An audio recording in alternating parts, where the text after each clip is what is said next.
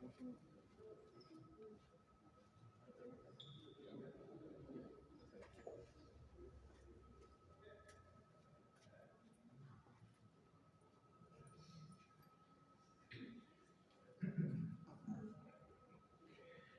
buenas tardes con todos.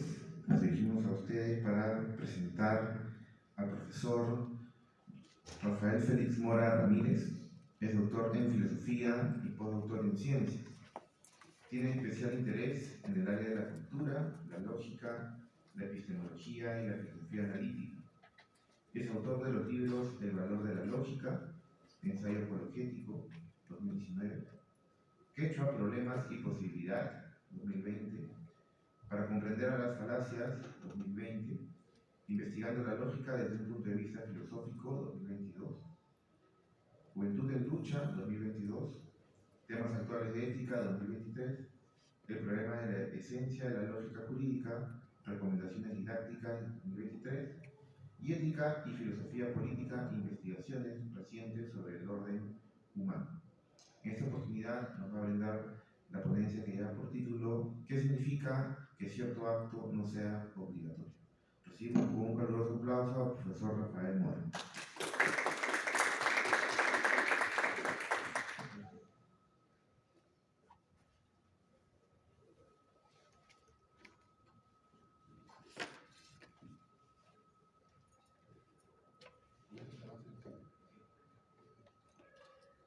Hola, hola, ¿qué tal? Ante todo, agradecer a los organizadores que realmente tuvieron mucha paciencia conmigo porque pues tenía problemas con el horario y realmente no conocía la ruta. Veo que es una universidad muy interesante y también agradezco a ustedes por su interés. Yo tengo por centro de estudio lo que es la lógica, ¿sí? De repente ustedes han llevado curso de lógica, pensarán pues que la lógica es operativa, flechas, conjunciones, tablas de verdad, y por ahí de repente teoría de modelos, computabilidad, algoritmización, completud, decidibilidad, no sé si conocen un poco más. Mi campo tiene que ver con la difusión de la lógica para que las personas puedan comprenderlo de manera más sencilla. Entonces, como dice el título, ¿qué significa que cierto acto no sea obligatorio? Me pareció un título muy interesante, ¿saben por qué? Porque una cosa es la intuición y otra cosa es lo que dice el sistema de lógica deóntica inventado por el lógico George Henrik von Wright, uno de los también discípulos de Wittgenstein. Bueno, entonces, acá hay una pregunta interesante. ¿Qué se deduce si no es obligatorio dejarle propina al mozo? ¿No? Estás de repente comiendo tus alimentos acá en alguno de estos lugares que veo. ¿No? Por ahí pasé y vi un puesto de empanadas, creo que voy a ir más tarde. Entonces, ¿qué significa que no es obligatorio dejarle propina al mozo? Te dice, por si acaso, señor, no es obligatorio dejarle propina al mozo. ¿Sí? Puede ser una de esas dos, que está permitido dejarle propina o que está permitido no dejarle propina. Te voy a ir adelantando. La respuesta teórica es que está permitido no dejarle propina. Eso es lo que va a decir la teoría. Pero ¿qué es lo que dice, digamos, el sentido común, la pragmática? Que está permitido dejarle. Que él dice, oye, por si acaso, no es obligatorio que le dejen propina, pero lo puedo dejar, ¿no? Sí, si quiere. ¿Sí? Entonces, quiero saber cuál es la respuesta. Esa es mi investigación, ¿no? Y para eso voy a usar lógica, ¿sí? La respuesta es muy sencilla en realidad, pero recuerda que más que el punto de llegada, lo importante en filosofía es el viaje, ¿no? Más que la respuesta es la pregunta. Y bueno, en la lógica al menos yo la enfoco como si fuera parte de la filosofía. Básicamente tienen que conocer lo que son las leyes de interdefinibilidad deóntica, ¿sí? Interdefinibilidad deóntica, ¿ya? Por ejemplo, piensen esto. Que sea obligatorio votar. ¿Qué significa según las leyes de interdefinibilidad deóntica? Si es obligatorio votar, entonces no está permitido no votar. ¿Por qué? ¿Por qué no está permitido no votar? Porque es obligatorio votar, por ejemplo. ¿Sí? Está prohibido abortar. Aquí lo puedes ver, ¿no? Disculpa, más. Está prohibido P. ¿Eso qué significa? Que no se permite P. Está prohibido abortar. ¿Qué significa? Que no se permite abortar. ¿Sí? Esto, o sea, encuentra maravilloso reflejo en el sentido común. No es algo disparatado. Y así con los demás casos. Estos se llaman leyes de interdefinibilidad deóntica. Y sería muy bueno que se enseñe de forma, digamos, con mucho entusiasmo en las carreras de Derecho, ¿no? Ojalá que lo hayan llevado los que son aquí de Derecho. O para que también tengan trabajo los profesores de Filosofía que vayan a Derecho. ¿Ya? La lógica deóntica también muestra su potencia en el aspecto de los razonamientos. Pero hay un problema que se llama el dilema de Jorgensen, seguramente lo han escuchado, que tiene que ver con el aspecto de razonar con normas. ¿Por qué? Porque desde Aristóteles las normas no son ni verdaderas ni falsas. Las normas, ejemplo de norma, aquella persona que no vote será sancionada con un pago de 500 soles. Es una norma. O sea, si no pagas, si no votas, te cae tus 500 soles de multa. ¿Ya? Es una norma. Esa norma no es ni verdadera ni falsa. ¿Sí? Y recuerda que la lógica tiene que ver con el razonamiento a partir de lo verdadero y lo falso. Entonces la pregunta es, ¿se pueden razonar con normas? Pareciera que no, porque las normas no son ni verdaderas ni falsas. Sin embargo, acá hay un ejemplo de razonamiento. Miren, un ejemplo muy sencillo sería la premisa mayor. Este es un cuantificador. Los que no conocen, es un cuantificador universal. Todo aquel que mate, digamos, es obligatorio que pague con prisión. Es un ejemplo cualquiera. Y sucede que Alvarito mató, por lo tanto es obligatorio que Alvarito pague pena de prisión. Acabo de hacer un razonamiento, y es con normas. Entonces la pregunta es, ¿se puede o no se puede razonar con normas? A este problema se le llama el dilema de Jorgensen. Y también puede ser motivo de tesis, ¿no? Puede ser motivo de tesis, de investigación, de discusión con los alumnos de Derecho y todo eso. Con la lógica hay que tener paciencia, ¿sí?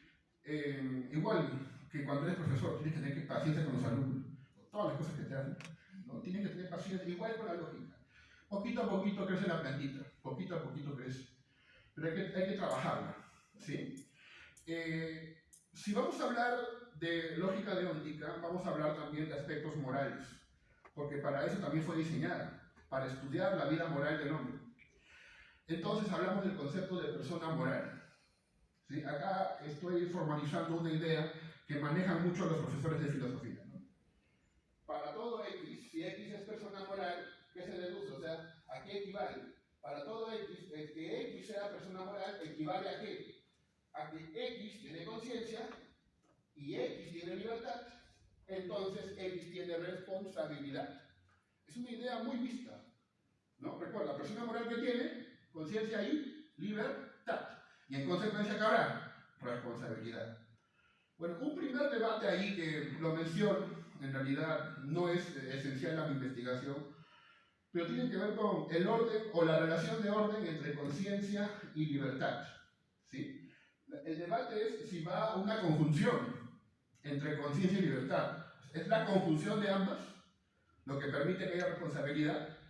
¿O es la condición una de otra? O sea, ¿la conciencia determina la libertad o la libertad determina la conciencia? Bueno, es un debate ya que se dejará pues, para los que quieran hablar de filosofía de la mente, por ejemplo. Bien, entonces, yo quiero distinguir entre dos aspectos interesantes. ¿Está permitido P o está permitido no P? ¿Sí? Esto que acabas de ver acá, que está en amarillito, ¿sí? ¿Está permitido P o está permitido no P? Es, digamos, la verdad más básica que hay en el sistema de lógica deóntica de von Wright. ¿Sí? Esa es la verdad más básica. ¿Por qué? Porque o está permitido, por ejemplo, que use lentes, o está permitido que use lentes, o está permitido que no los use. ¿Sí? Claro, o está permitido uno o está permitido lo contrario. ¿Sí? Esa es la verdad más básica dentro del sistema de von Wright, con el cual von Wright desarrolla todo lo demás. Y lo otro, está permitido P y está permitido no P, por ejemplo, está permitido que use sombrero y está permitido que no lo use, es una variación mínima, con una conjunción. Entonces yo quiero entender qué significa cada uno de esas fórmulas. Estoy dándole una interpretación filosófica a esas fórmulas. Es la forma en la que yo hago lógica para que tenga intereses filosóficos. Para mí, la primera, de repente, a ver, te planteo, ¿no? Tienes dos pretendientes, imagínate, ¿no? Raúl y Alberto te persiguen, ¿no? Entonces te proponen ir al cine a ver, pues, no sé, sus ideas de la película, ¿ya? Y sucede, pues, de que tienes dos pretendientes, ¿no? Entonces, dentro de un punto de vista omniabarcante, tú puedes elegir tanto a uno como el otro, ¿sí? O sea, puedes elegir a uno y a otro, desde un punto de vista previo, desde un punto de vista teórico. A eso se le puede llamar, digamos, bajo el concepto de libertad negativa. De libertad negativa. Y lo otro es que tú puedes elegir a uno o a otro. Esto es bien sutil, ¿ya? No es lo mismo elegir tanto a uno como a otro, poder elegir tanto a uno como a otro, ¿no? Claro, aquí ¿no? Ya estamos en tiempos de liberación femenina, no habría ningún problema, tú puedes elegir en realidad con quién salir, ¿no? Pero claro, puedes ir tanto a uno como a otro, sería con una conjunción, libertad negativa, pero eliges a uno o a otro. Eso ya es libertad positiva. Porque finalmente pues, sales con Raúl o sales con quien dije, no, Alberto, ¿sí? Sales con uno, finalmente, con uno de los dos. ¿Sí? Esa es la libertad positiva.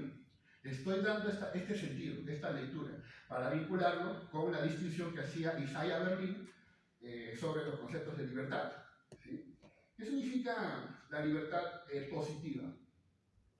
La libertad, por ejemplo, vamos a ver ahí, ¿no? La libertad positiva es que cada quien pueda tener el control de su vida. Libertad para elegir representantes. O libertad para elegir, digamos, pretendientes, ¿no? ¿Sí? Y la libertad negativa es cuando nadie te puede obligar. No hay límites, no hay límites. Es la libertad de expresión. Es la libertad de expresión. ¿Sí? Mientras los machistas no hagan daño, pueden tener opiniones machistas. Que es el caso de Philip Patterson. Philip Patterson es tremendamente machista y él sigue hablando. Pero mientras no diga algo así, pues terrible, digamos que lleve a matanzas o cosas así, puede seguir hablando. Es la libertad de expresión. Por supuesto que obviamente habrá límites. Bien, entonces he establecido la diferencia entre libertad positiva, ¿sí? Y libertad negativa. Bien, recuerden que la libertad negativa es la libertad más amplia, ¿ya? Que es la libertad que vamos a llamar libertad ontológica también. Muy bien. Ya. Entonces quiero abordar mi pregunta. ¿Qué significa que cierto acto, que algo no sea obligatorio? No sea obligatorio. Según el sistema de von Wright, el que algo no sea obligatorio, ¿qué significa? Que está permitido la exclusión de ese acto. ¿Ya? Por ejemplo, si no es obligatorio usar corbata, digamos, no es obligatorio usar corbata, eso, ¿qué quiere decir? Que está permitido no usarlo. No es obligatorio usar corbata, ¿qué quiere decir? Que está permitido no usar corbata. Bien, no es obligatorio darle propina al mozo, ¿qué quiere decir? Que está permitido no darle propina. Dentro del sistema de von Wright, de lo que te acabo de decir, que son interdefinibilidad deóntica. Pero claro, justamente este es un asunto que queremos demostrar también, usando, digamos, reglas lógicas. Ahora bien, hay una convicción que justamente es la que ven ahí, ¿no? Que sea obligatorio P, que sea obligatorio P implica algo. ¿Qué cosa? Que está permitido ese algo. Si es obligatorio tener DNI, entonces está permitido tener DNI. ¿Ya? ¿Sí? ¿Entendieron? Entonces, si es obligatorio algo, no está permitido su exclusión. Esto es por el sistema interdefinicional. Si es obligatorio algo, no está permitido su exclusión. Y también el que algo sea obligatorio, por ejemplo, que sea obligatorio portar DNI, ¿qué significa? Que está permitido portarlo. Por lo tanto, el que sea obligatorio algo te da esta conclusión. Pero esa conclusión no tiene que ver con la pregunta inicial. Sin embargo, es bueno saber qué es lo que se deduce de que algo sea obligatorio. Es bueno saber, ¿ya? Vamos a comenzar a hacer deducciones, que es justamente la parte de la lógica a la que muy poco les gusta, y que sin embargo es la medular. Tienes que manejar esas reglas. Si no manejas esas reglas, te pierdes de mucho. Es como que veas una película en inglés y no sepas inglés.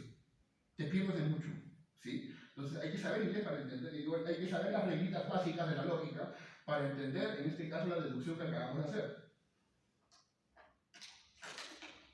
Miren, la cuestión es la siguiente, entonces. Yo quiero saber qué significa que no sea obligatorio darle propina al mozo. ¿Qué se deduce de eso? ¿Una libertad positiva o una libertad negativa? Las fórmulas están ahí. Las fórmulas están ahí. Esta es la libertad negativa y esta es la libertad positiva. ¿Ya? Que no sea obligatorio que, por un lado hay la libertad positiva y por otro lado la libertad negativa. Una de mis preguntas como lógico fue saber ¿qué vinculación hay? ¿Qué vinculación hay entre libertad negativa y libertad positiva? Y haciendo pues las respectivas deducciones, llegué a esta conclusión, ¿no?, que ves acá, ¿no?, que suena pues así, en un lenguaje de filósofo, pues a más no poder. La libertad negativa implica la libertad positiva, ¿sí? ¿Y esto qué significa? Ya. La libertad negativa, como te decía, es la posibilidad de que tú puedas elegir tanto uno como otro pretendiente, ¿no? Si los dos te invitan al cine, en realidad no hay ninguna ley que te diga que no, no, tú no puedes elegir, ¿no? No, tú puedes elegir tanto uno como otro. Previa a tu decisión, las dos invitaciones están patentes. Esa es libertad negativa. Pero ya se positiviza cuando tú eliges, ya, vamos Raúl, pues creo que contigo puede ser mejor la película Suicidio. Vas con Raúl, entonces ese ya te decidiste. Es una libertad, en este caso decíamos, positiva. La libertad negativa implica la libertad positiva, entonces lo entiendo como que hay un determinismo ontológico, que si el hombre es una criatura humana y es parte del mundo, entonces, dado un orden previo de cosas, previa a su voluntad, tiene sentido que la libertad negativa sea previa que la libertad positiva, porque la libertad positiva significa escoger, y escoger es un acto humano, pero el hombre es parte del mundo. El mundo no tiene una voluntad, ¿no?, salvo que seamos místicos o pachamamistas, ¿no? El mundo no tiene una voluntad, el mundo es el mundo, es materia, pero el hombre sí tiene mente y decide. Por lo tanto, el hecho de que la libertad negativa implique la libertad positiva, ¿qué significa? Que finalmente pertenecemos al mundo, ¿sí? Y por ese motivo se puede realizar esa deducción que ves ahí. Ahora, la cuestión de fondo. Finalmente, señor, ¿qué quiere decir que no sea obligatorio darle propina al mozo? De nuevo, aquí están las deducciones, están en amarillito, están las deducciones, que son básicas, básicamente, solamente la primera tiene que ver con lógica deóntica, solamente la primera, ¿sí? La última, digamos, la de acá no se puede probar.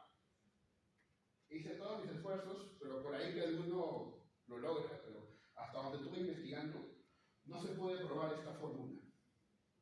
O sea, del hecho de que sea obligatorio, de que no sea obligatorio darle propina al mozo, no puedes concluir que le doy propina, que está permitido darle propina y que esté permitido no darle.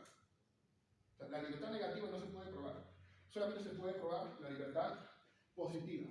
Y está acá, partiendo de una verdad, ¿no? Esta es una verdad que proviene de la interdefinición teórica. Esa verdad, la primera, es un axioma, es una verdad que proviene de la interdefinición teórica. Y a partir de eso se deduce la 5, que justamente es el tema de nuestro trabajo.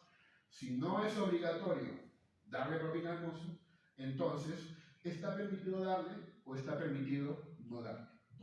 Bien. Ya, conclusiones para ir cerrando. Quisiera volver entonces a la primera pregunta que planteé, acá. ¿Cuál es la respuesta entonces, según mi investigación? Señores del público. La respuesta es ambas, pero unidas por una dislusión. Si no es obligatorio dejarle propina al mozo, ¿qué se deduce? Que está permitido dejarle o que está permitido no dejarle.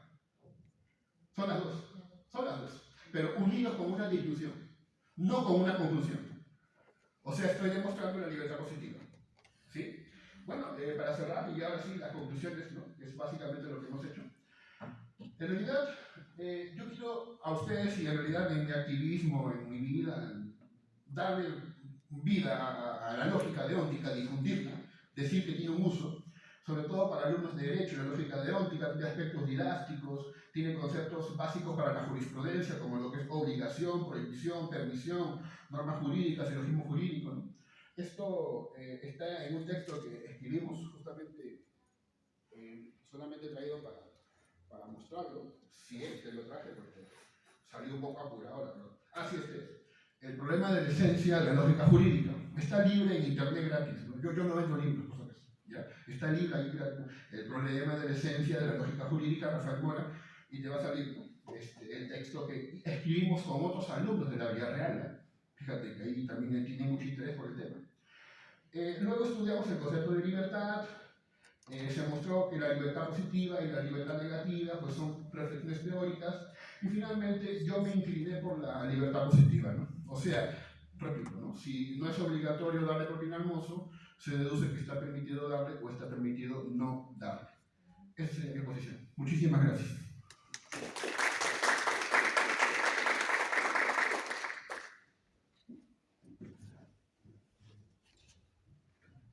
Muchísimas gracias, profesor Mora. Son muy interesantes en realidad el tema, muy didáctico también. Le agradezco por ser sucinto en la exposición, ¿no? Muy bien, entonces tenemos tiempo para un par de preguntas. No sé si se animan aquí a preguntar directamente algún problema o algún interés que hayan visto en la exposición. Sí. En este caso, ¿cómo se puede hacer reflexionar a los jóvenes con la lógica deóntica en la libertad positiva y negativa? ¿Cómo hacerlos pensar? Porque hablamos de la crisis. Entonces, ¿cómo hacerlos ver entre la libertad positiva y negativa para que ellos puedan escoger a sumarse a la crisis, ¿no? A la ayuda de la crisis? Muy bien.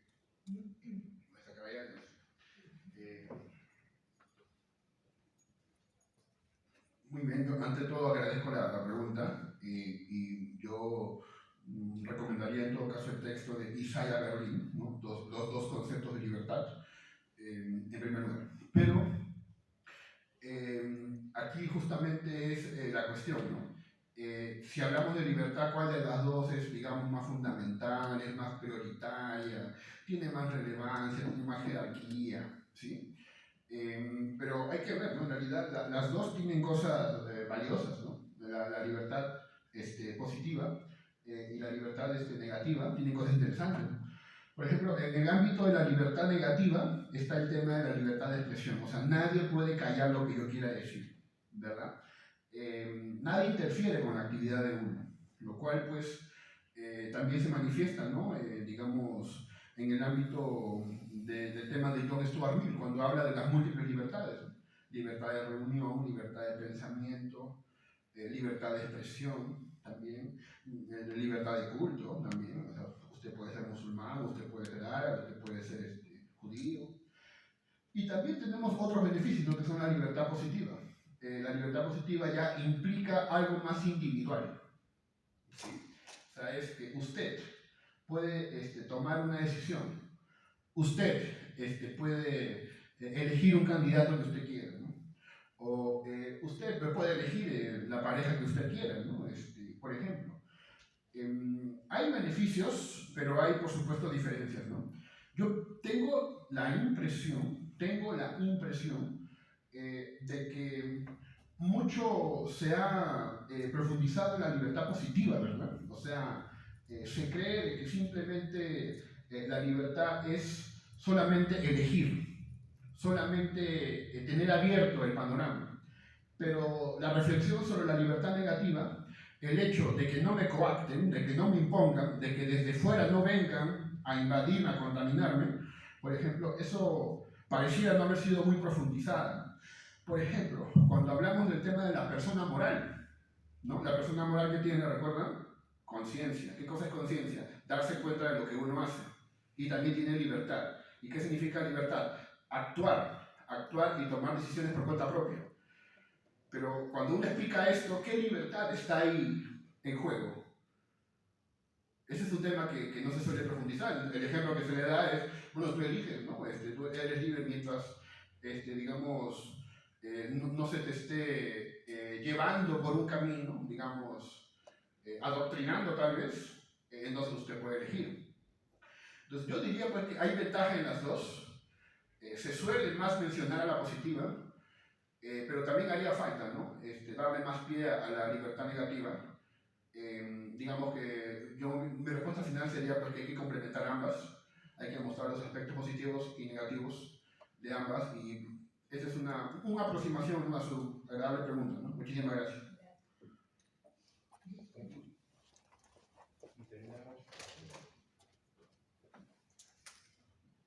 Hola. Quería que la siguiente situación me expliques con eso de la libertad negativa y libertad positiva, y si es que hay un problema lógico o no lo hay, ¿no? Uno, es obligatorio que saques tu documento de extranjería. Dos, no te permito sacar ese documento. Que eso se da también con pago de tasas ¿cómo se llama?, de multas y una serie de cosas donde sucede exactamente eso, ¿no? Es obligatorio hacer algo, o sea, estás obligado a hacer algo. Dos, no te doy, no puedes hacerlo, no te facilito, no permito que lo hagas. Ahí hay una incongruencia lógica.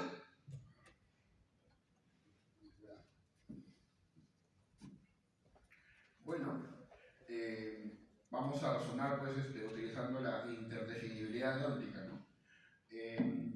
Podríamos asumir esto, mira, cuando algo es obligatorio que tengas tu carnet de extranjería, ¿ya? ¿Qué se deduce por la interdefinibilidad? De que no está permitido que no lo presentes. No está permitido que no lo presentes. Muy bien. Ahora bien, si más bien a esta información se le dice, ¿no? Entonces, uno va a sacar pues, su carnet de extranjería, ¿no? Dice, no te permito que lo presentes, ¿verdad? Ese es el aspecto, ¿verdad? Muy bien. Habría que simbolizar, entonces, claro, allí se manifiesta lo siguiente, ¿no? Una negación de la permisión, de la exclusión de un acto, y por otro lado, la negación de la permisión del acto. Bien. Aquí me parece pues de que deberíamos colocar el mismo operador, ¿sí? Recuerda que si no está permitido, entonces está prohibido, ¿ya? Entonces, decir pues que está prohibido que presentes el carnet de extranjería versus es obligatorio que lo presentes, sí, claro, allá se presenta una contradicción, ¿no? Estoy recurriendo a la interdefinición deóntica, ¿no? Porque el que no esté permitido indica que esté prohibido. Entonces, si está prohibido que usted presente carnet, ¿no?, extranjería, ¿no?, y al mismo tiempo te obligan a presentarlo, es contradicción, ¿no? Al final me estás obligando a que te presente, y aquí está, no está prohibido, entonces lo hago, porque está prohibido. Sí, habría una contradicción, y habría que plantearlo desde me parece que eso ocurre, ¿no?, en algunas circunstancias de injusticia histórica y social, ¿no? Me parece que a ciertos grupos sociales me parece, ¿no?, que se les pedía, ¿no?, por ejemplo, ya, se me ocurre, ¿no?, digamos, a veces se habla de concursos así para que la gente ingrese al Estado y trabaje, ¿no es cierto? Entonces está obligado a traer esto, ¿no? Está obligado a traer esto. Y de repente, pues, uno de los jueces o entre ellos se ponen de acuerdo y justamente para privilegiar a una posición determinada, ya prohíben presentar cierta documentación, ¿sí? Claro, entonces cosas que el que lo ha incluido ya va a ser descartado. Sí, entonces digamos que es una movida, pues una movida podría ser para deshacerse de tal vez algunos candidatos indeseables, pero sí, pues definitivamente me parece que es un caso de contradicción y que uno podría, pues en consecuencia, pedir explicaciones. O sea, no me puedes pedir que algo esté obligado y al mismo tiempo que esté prohibido. Podríamos ir por ahí, ese análisis está muy interesante. Muchísimas gracias. Gracias. Finalmente, la última pregunta. Buenas tardes, soy Rosa Córdoba. No hemos encontrado dentro de la fórmula de la lógica deóntica lo que es el factor moral y ética. Y mi pregunta sería si habría alguna manera de añadirlo y pues quizás el resultado sería diferente, ¿no? Porque al fin y al cabo estamos hablando de la libertad y de la toma de decisiones dentro de la sociedad. Y es una buena manera quizás de saber si lo que estamos haciendo, lo que estamos tomando en cuenta está bien o está mal. Gracias. Hay un texto que te recomiendo. Walter Redmond Othol, ¿no? Redmond, escribe solamente Redmond, su libro de Lógica para Todos, creo que se llama así, Lógica Simbólica para Todos, en el apartado de Lógica Deóntica, ¿ya? Ese es un libro muy, muy bonito, ¿ya? Es muy didáctico, Walter Redmond. Hoy es un hombre ya mayor, entrado en años, sí, y ahí está dedicado, ¿no? Entonces, mira, en ese texto encontré esta lectura. La fórmula, digamos, que asume von Reich es esta, ¿no? Si es obligatorio, vamos a poner un ejemplo, votar, ¿no? Si es obligatorio votar, entonces está permitido votar, ¿ya? ¿Sabes cómo lo lee Walter Redmond? Dentro de una perspectiva interesante, que la moralidad de un acto implica la libertad. A mí también me dejó pensando, dije, ¿por qué? ¿No? Porque el concepto de obligatoriedad tiene que ver con un orden. Y si hablamos de un orden que no sea jurídico, nos queda el orden moral. Entonces, la obligatoriedad nos lleva a la moralidad. Y la permisibilidad es justamente la capacidad de hacer algo. Y esa capacidad de hacer algo, ¿cómo se entiende? Como libertad, sobre todo libertad positiva. ¿Sí? Entonces, la moralidad implica la libertad, ¿sí? O sea, y aquí podemos hacer razonamientos muy básicos, ¿no? Si la moralidad implica la libertad y no hubiera libertad, ¿qué se deduce? Que no hay moralidad, por modus tollens. Porque la libertad va acompañada de la moralidad. Y es por eso que las personas, cuando actúan sin libertad, no son declaradas culpables. ¿Sí? Por ejemplo, una persona, creo que asesino, bueno, aquí, pues, el Perú y sobre todo Lima es una fábrica de asesinos, mafiosos, matones, ¿no? Criminales, ladrones, trata de árbitros. Entonces, un tipo pierde los cabales y comienza a tirarle pues, martillazos a su empleada, ¿no? Creo que lo reconocen el caso, el ojo de martillo. ¿Y qué pasó? Su abogado puede venir y decir, disculpe, mi cliente toma pastillas por lo general. Ese día no tomó las pastillas, estuvo fuera de sí, no tuvo libertad, porque está mal de salud mental. No lo pueden entonces acusar de asesinato. O en todo caso, si lo acusan, va a reducir mucho la pena, que es el truco de ese abogado en realidad, ¿no? Entonces, es una pregunta muy interesante. Gracias por recordarme esa equivalencia. En realidad, la moralidad implica la libertad, según el texto de Walter Redmond Othol, ¿no? Habría que discutirle a él cómo lo sacó, ¿no? Pero es aceptable, pero sí, habría que ver cómo lo fundamenta. ¿Sí? Muchísimas gracias. Muy bien, muchísimas gracias a usted, profesor Mora, por la explicación y por su tiempo. Y bueno, damos por concluida esta ponencia. Tenemos un tiempo para el refrigerio y luego viene la ponencia de la tarde. Muchas gracias.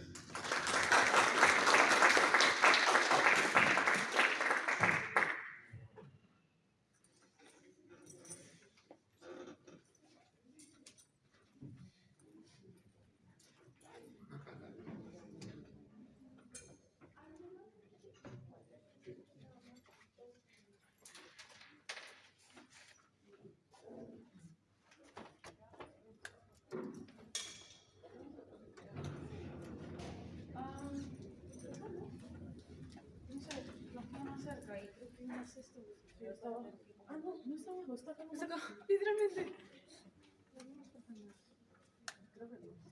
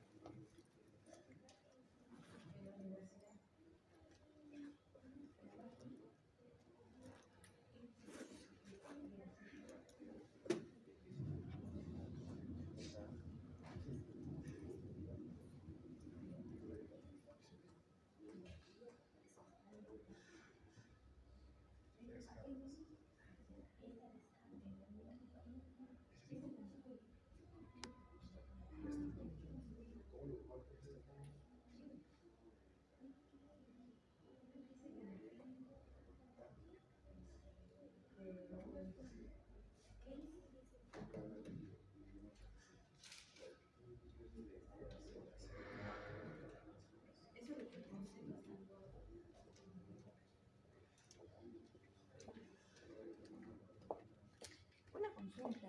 Bueno, disculpe. ¿Qué las grabaciones se puede ver en la página? ¿O no? Ah, tienes que pedirlo. Ah, ya. Los PPT es igual. Los PPTs no estoy seguro. Los videos sí. Ah, ya, perfecto. Ah.